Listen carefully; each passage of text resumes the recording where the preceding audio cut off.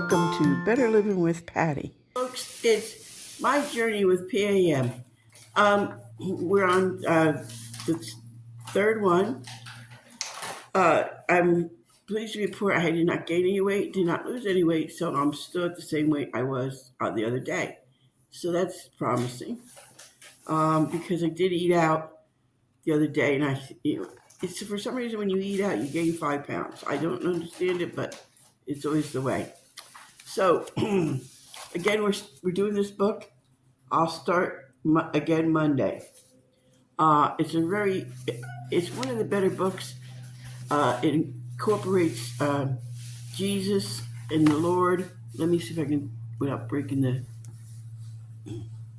incorporates Jesus and the Lord with weight loss and how your body is your temple.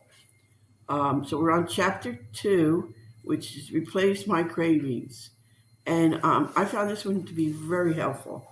And she starts with in the morning.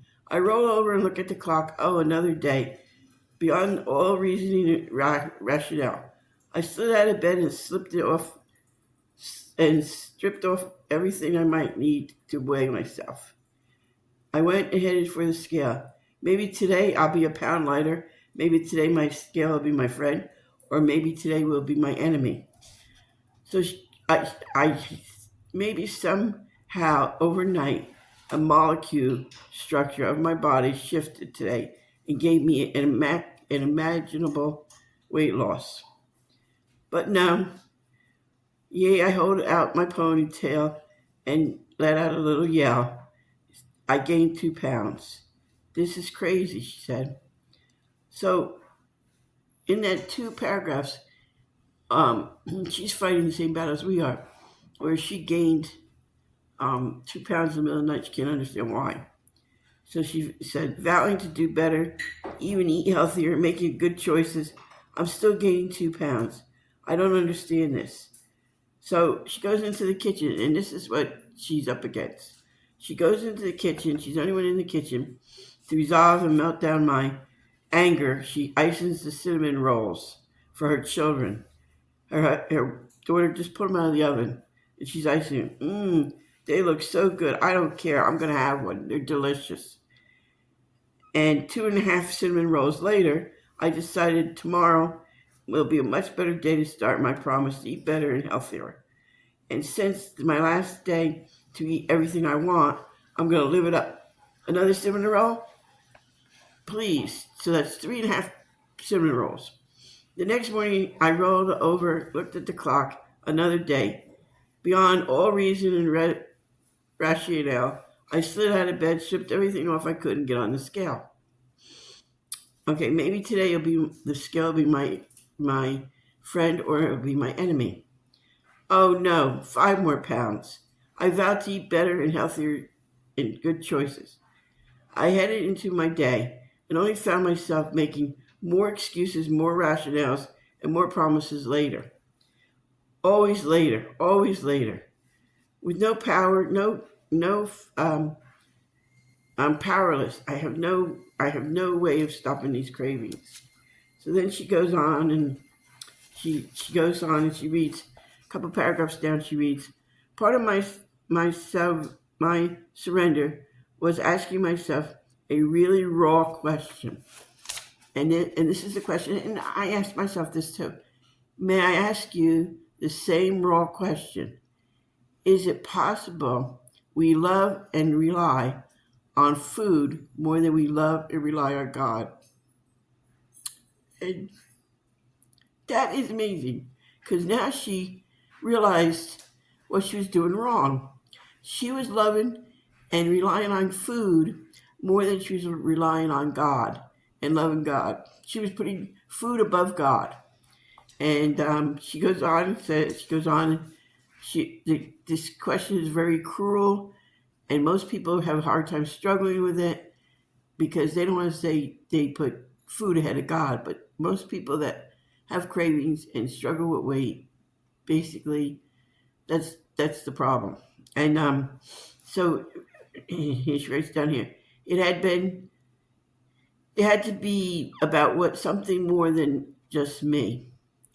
I had honestly had enough to admit the reality that I relied on food more than I relied on God. Food was my comfort, my reward, my joy. Food was what I turned to all the time under stress, sadness, and even times of happiness. I felt stupid to admit that. I felt like such a spiritual failure. I told as few people as I could about it. They supported me.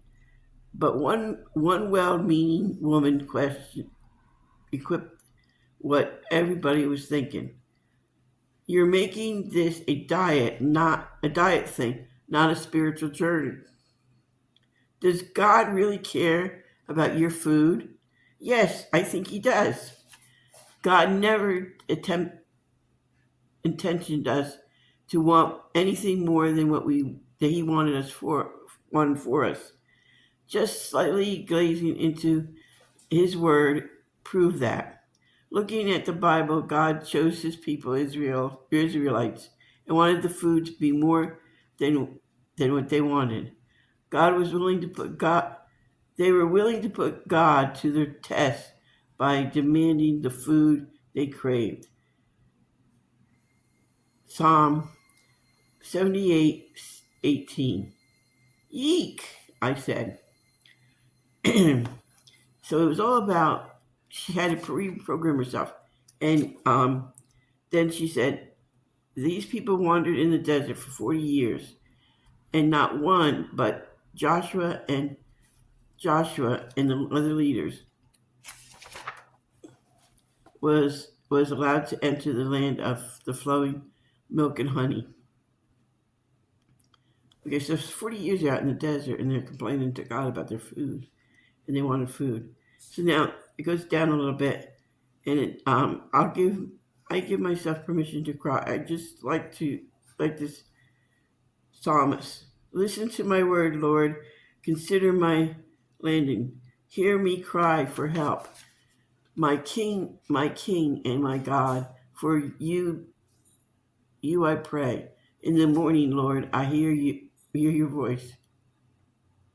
And in the morning I lay my request before you and wait for an answer.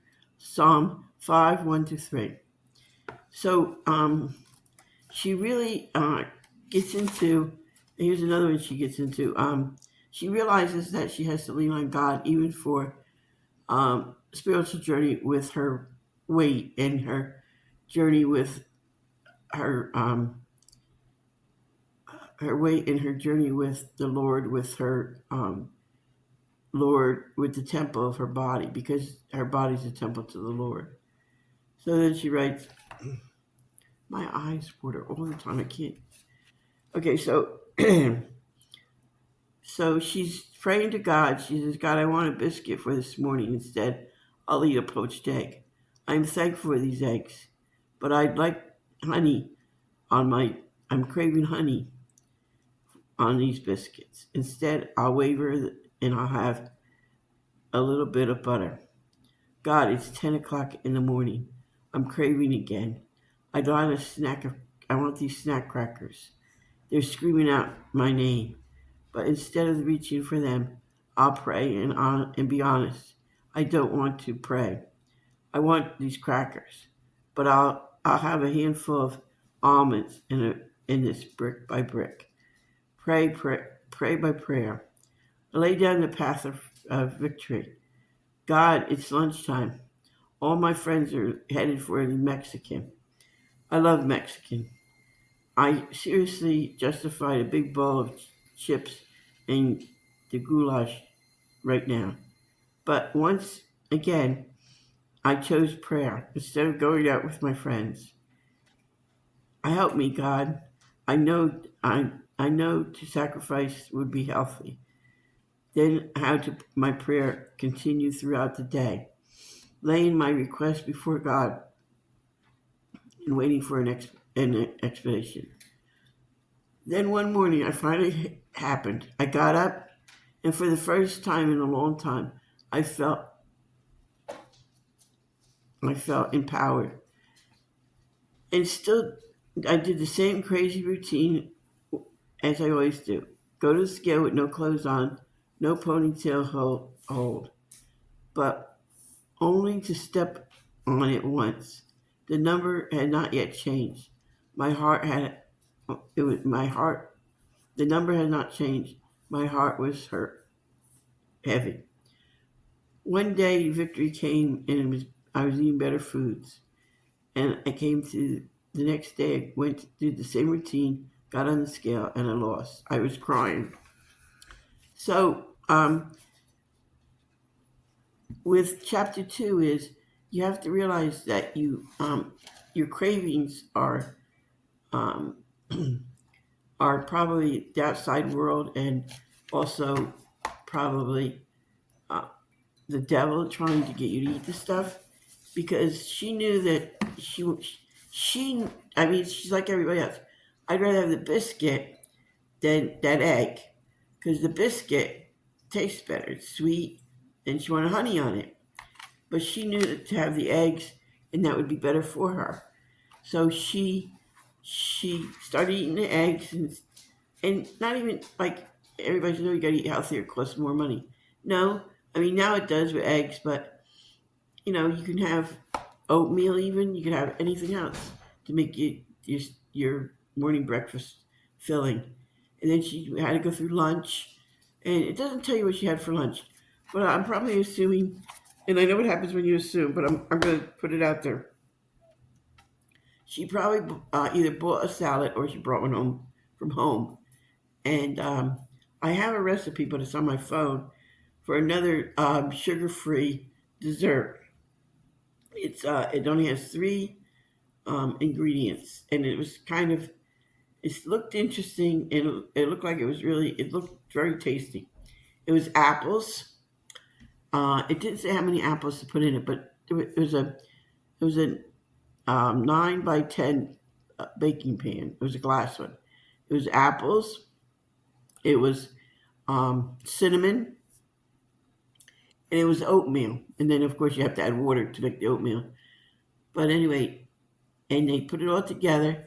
They baked it at 350 for 20 minutes, and then they put low fat ice cream or sherbet on it, and it looked very tasty. It really did. And there's another one I'm gonna try. I have to figure out how I'm gonna do the like do the cooking um, ones because I have to have a high enough pole to so you can look down and see what I'm cooking, or if I'm sitting where you can see the table or something like that. So I'm still working that out. So again, thank you for watching. Real soon, very soon, um, in the next 3 weeks, our life slows down a little bit. So I'll be able to start my own YouTube channel. But right now, our lives are really crazy. We have so much on the our agenda that we don't tell you. But hopefully, in a couple weeks it'll be slowed down and we can tell you where we're going and what we're doing. There's a lot of things up in the air right now, so we're just next 3 weeks. Phew, we got a lot to do. So anyway, with that, I'm not going to go into it. So thank you for watching, and hopefully in 3 weeks I'll have my own YouTube channel. So just think about maybe I know this book is on Amazon. I got it at Hobby Lobby at Christmas time, and it was like $3. Normally you would pay $15 for it.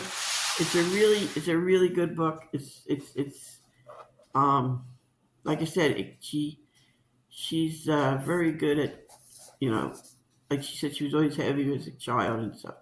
So without that, I'm going to close now.